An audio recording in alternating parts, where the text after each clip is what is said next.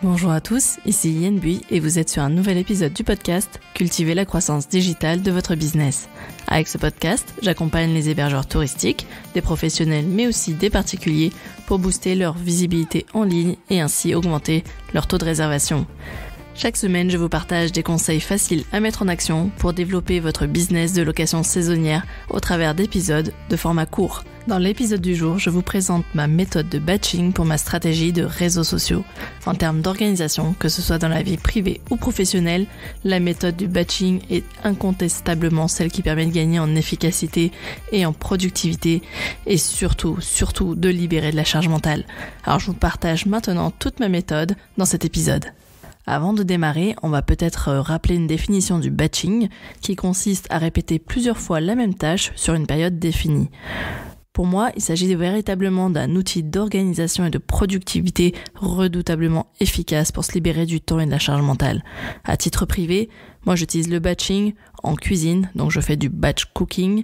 Ça me permet en fait le week-end sur une demi-journée, voire une journée grand max, de préparer pour une semaine de repas et ne plus du tout m'en occuper et ainsi me consacrer à toutes mes autres tâches.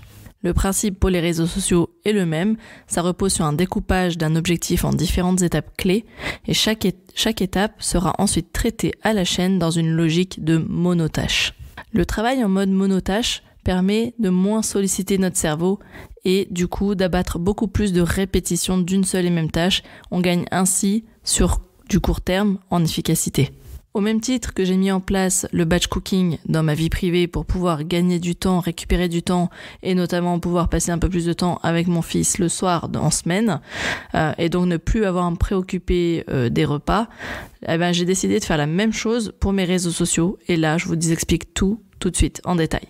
En créant en fait une routine dans votre organisation, vous allez parvenir à rester régulier sur vos réseaux sociaux, dans votre production de contenu et du coup dans les diffusions des mois à venir. Et ça, c'est vraiment important pour pouvoir développer son audience, plaire aux algorithmes, plaire aux moteurs de recherche et rester vraiment régulier dans la durée. Ça, c'est vraiment la clé pour perdurer et pour pouvoir développer sa visibilité. Alors rentrons dans le vif du sujet et je vais vous parler maintenant de ma méthode de batching pour mes réseaux sociaux. Alors je vous parle évidemment de ma méthode, je vais vous donner des exemples qui ne concernent que moi. Bien évidemment, c'est pour vous inspirer et vous inviter à en faire de même et à le décliner en fonction de votre propre stratégie de réseaux sociaux que vous avez définie au préalable. Si vous n'avez pas encore défini de stratégie de réseaux sociaux, je vous renvoie dans ce cas vers mon article qui traite de ce sujet sur mon blog yenbui.fr ou à l'épisode numéro 2 de ce podcast.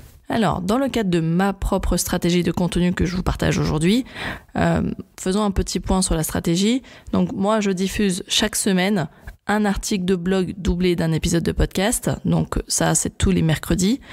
Je diffuse une newsletter une fois par semaine et au total, je publie 3 fois sur les réseaux sociaux avec des posts hebdomadaires qui se découpent de la manière suivante. Donc j'ai un post dédié au nouvel article de blog, au nouvel épisode de podcast qui sort le mercredi. Le lundi, je partage un carnet d'inspiration que vous pouvez retrouver aussi sur mon site web. Donc comme j'ai 4 catégories, en fait, ça me fait une inspiration déco, une inspiration food, une inspiration nature, une inspiration voyage. Et du coup, ça alimente 4 posts pour le mois. Et enfin, chaque semaine, plutôt le vendredi, je partage un post un peu plus personnel qui parle vraiment, donc là on est vraiment dans le personal branding, qui parle un peu plus de mes projets, les coulisses de mon activité, de mon parcours, de ce qui est de mes embûches, de mes obstacles, de ce qui a fait qu'aujourd'hui j'en suis arrivée là. Et donc le but du batching, c'est de me permettre de rester régulière et ne jamais manquer une seule publication dans le cadre de mon calendrier éditorial.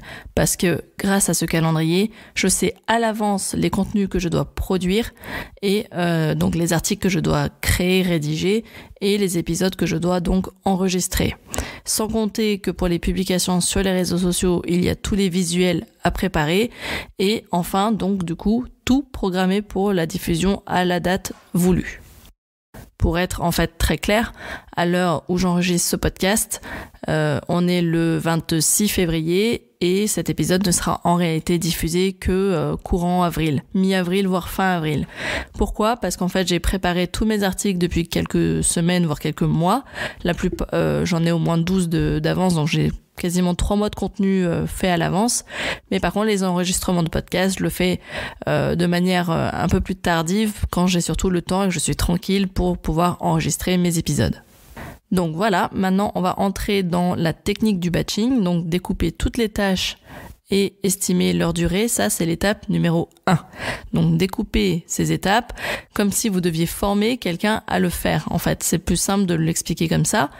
Dans le cas par exemple d'un article de blog que je dois produire, j'ai au préalable listé toutes les idées de sujets d'articles. Et pour ça, pour trouver ces idées de sujets d'articles, donc sachant que j'essaie de créer pour 3 mois d'avance de contenu, j'applique la méthode de production de contenu partagée par Aline sur son site The Bee Boost, que je vous invite évidemment à aller consulter. C'est une méthode en fait qui permet de se poser pendant, on va dire 2 heures et en fait de mettre à plat quasiment 60 idées de contenu. Là en fait j'en ai déjà sur mon tableau Excel, j'en ai pour 6 mois d'avance, mais après il faut les produire. Mais les idées sont déjà là, je suis plutôt tranquille pour les mois à venir, on va dire. Donc concrètement, ayant 4 articles de blog à produire par mois, je découpe cet objectif en plusieurs étapes et j'évalue pour chacune d'elles le temps estimé à peu près pour pouvoir du coup le planifier dans mon agenda. L'étape numéro 1, c'est la sélection des 4 sujets et rédaction d'un mini-plan pour chacun de ces sujets-là.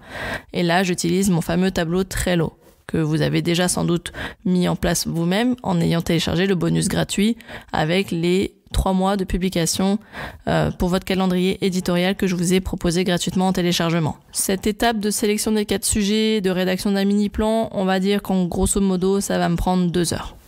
L'étape numéro 2, c'est la rédaction ensuite de chaque article, donc dans le détail, et son optimisation pour le référencement. Pour le référencement naturel, donc pour le SEO.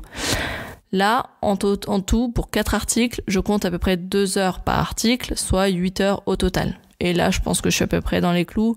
Il y a certains articles qui sont plus courts ou plus rapides, en tout cas, à rédiger, et d'autres qui prennent un peu plus de temps parce que je vais chercher beaucoup plus de liens externes à mettre au sein de l'article. Donc, ça me prend, on va dire entre 2 heures, 2 heures et demie, ça dépend des articles. Une fois que j'ai mes 4 articles de blog rédigés, je passe ensuite à la 3e étape qui est la conception des visuels pour chaque article et l'adaptation au bon format pour les réseaux sociaux.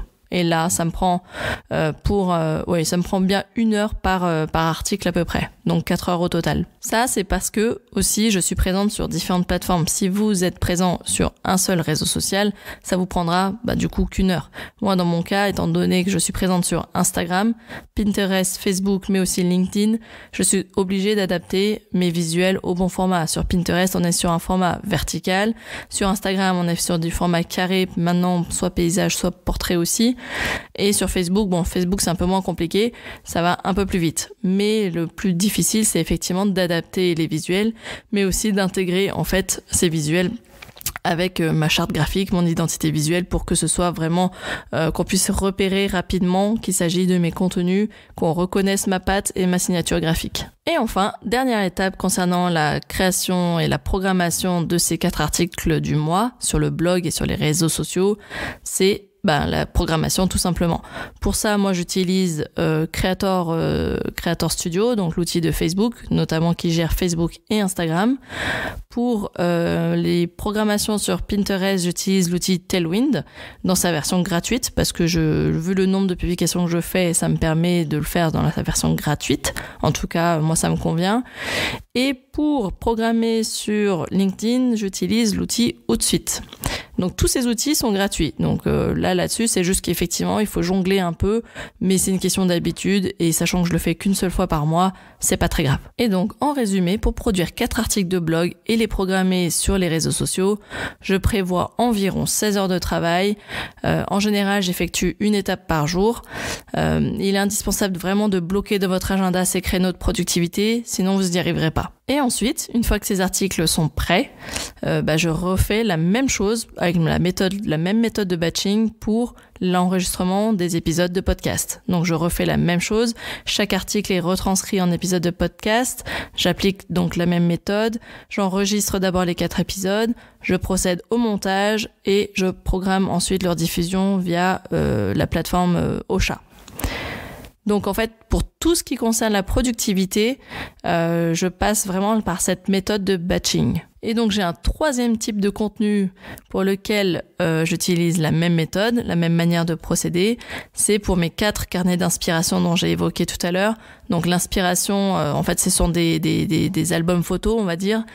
Chaque mois, je publie donc un carnet d'inspiration sur la thématique déco, un autre sur la thématique du food, un autre sur la thématique nature et un autre sur la thématique voyage. Donc là, en général, ce sont des photos que j'ai prises dans le cadre de mes précédentes missions, notamment quand je travaillais dans le dévoluy. Ça peut être aussi des photos prises lors de mes voyages et donc je partage parce que là-dedans, il y a un sujet que j'ai envie de mettre en avant. Ça peut être une technique photo, ça peut être aussi tout simplement une inspiration voyage, tout bêtement. Et voilà. Donc et puis comme j'adore cuisiner, parfois je partage aussi des recettes ou alors des astuces food qu'on peut appliquer pour sa propre location saisonnière. C'est quand même le but. Que ce soit pour mes articles de blog ou que ce soit pour mes inspirations photos, il me faut toutefois régulièrement réaliser de nouveaux shootings pour illustrer mes articles et mes carnets d'inspiration. Et là, encore une fois, j'applique encore le batching parce que je programme des séances photos, je liste les contenus, les visuels, les photos qui va me manquer. Je programme ma séance photo. Je vous réfère à ce moment-là à un épisode que j'ai fait qui s'appelle Réussir son shooting photo avec 5 astuces déco, où j'explique en fait comment je prépare mes séances. Donc je réalise la séance photo, puis il y a la séance de retouche, et enfin j'ajoute toutes mes photos retenues dans ma bibliothèque d'images, titres, descriptions, etc. pour chacune des photos. Donc pour résumer, la méthode de batching, c'est bien découper une mission en plusieurs étapes clés. C'est comme si, et en fait c'est tout simplement un process qu'on peut mettre à plat sur un document qui servirait si demain je souhaitais externaliser l'une de ces missions, que ce soit par exemple le montage du podcast ou si j'embauchais quelqu'un pour rédiger des contenus sur mon blog.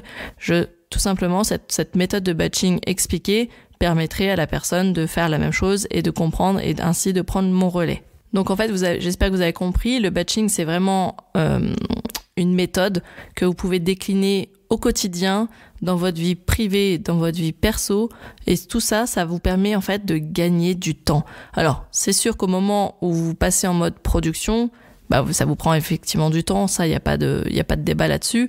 Pour autant, vous verrez que en étant dans ce système de monotâche à chaque fois, vous arrivez à vraiment abattre un travail monstre. C'est incroyable ce temps qu'on gagne, mais aussi cette efficacité, cette productivité qu'on arrive à sortir. Je vais quand même vous donner 2 ressources indispensables qui traitent du batching. Ce sont des méthodes que j'ai déjà évoquées tout à l'heure, notamment avec un article que j'avais trouvé sur le site de Aline de The Bee Boost, donc qui s'appelle 7 automatisations à avoir dans son business, et aussi sur le site de Safia Gourari, donc le podcast Build Yourself. L'article s'appelle Travailler efficacement grâce au batching. Donc ce sont 2 articles, 2 ressources que j'ai vraiment utilisées pour mettre en place ma propre méthode personnelle. Vous pouvez retrouver l'intégralité des liens, des articles et des outils que j'ai évoqués dans cet épisode en note descriptive de cet épisode de podcast et aussi en lien direct dans l'article de blog qui est retranscrit sur mon site yenbui.fr. Enfin, je rappelle encore que je vous ai mis en place un bonus gratuit que vous pouvez télécharger sur mon site qui vous permet en fait de télécharger un calendrier éditorial avec l'outil Trello et que je vous invite vraiment à télécharger et à mettre en place. Ça vous permet justement d'avoir une vision globale de ce qu'il y a à faire et je vous ai mis des petites checklists, des petits points à ne pas oublier pour votre publication de contenu. Donc n'hésitez pas, c'est fait pour ça. Et voilà, l'épisode est terminé pour aujourd'hui. J'espère qu'il vous a plu. Si c'est le cas, comme d'habitude, je vous invite à mettre une note 5 étoiles sur votre plateforme d'écoute ou me laisser un commentaire si vous le pouvez. Ça me fera toujours plaisir et ça me permettra de continuer à faire connaître ce podcast. En attendant, je vous dis à la semaine prochaine pour un nouvel épisode et d'ici là, portez-vous bien.